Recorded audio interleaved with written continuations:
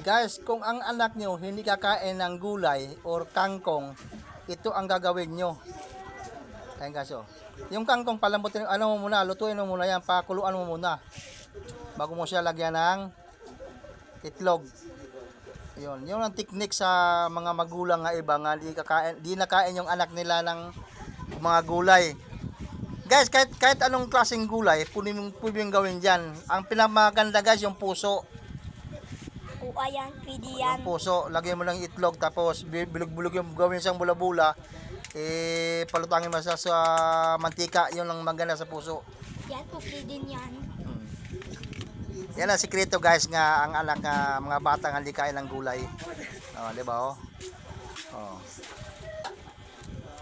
Uy! Mo, say! Oh, guys, tingnan natin. Oh, di ba? Hiwa-hiwain natin yan sa gitna. Parte-partehin natin para ang anak nyo nakakain ng gulay.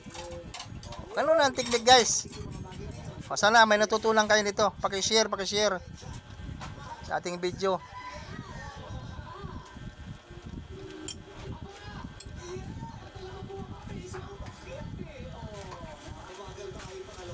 Grabe naman sa ulam natin. Paki-share guys sa video para yung maraming makaka-relate nito, maraming mga matututo para magluluto sila para sa kanilang mga anak.